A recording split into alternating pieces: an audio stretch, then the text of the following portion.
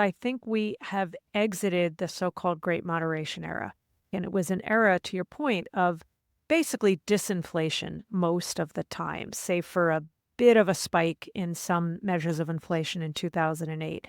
But essentially disinflation and or low inflation, generally benign interest rate backdrop as a result of that. And maybe most important for investors, it was an era where nearly the entire time bond yields and stock prices moved in the same direction. Because in that low inflation era, when bond yields, as an example, were going up, it was typically because growth was improving without the attendant inflation problem.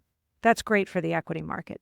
Vice versa, when yields were going down, it was often because growth was weakening, moving into a recession, not because inflation was coming down, negative for the equity market.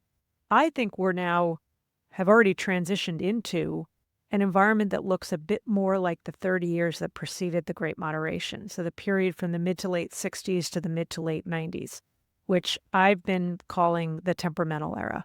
I'm neither Ben Bernanke nor Larry Summers, so I don't know whether it's going to take off as a label, but I'm going to keep using it for whatever it's worth. And that was a period of greater inflation volatility. That's not the same thing as saying inflation was high and it stayed high for 30 years, but bigger swings in inflation up and down.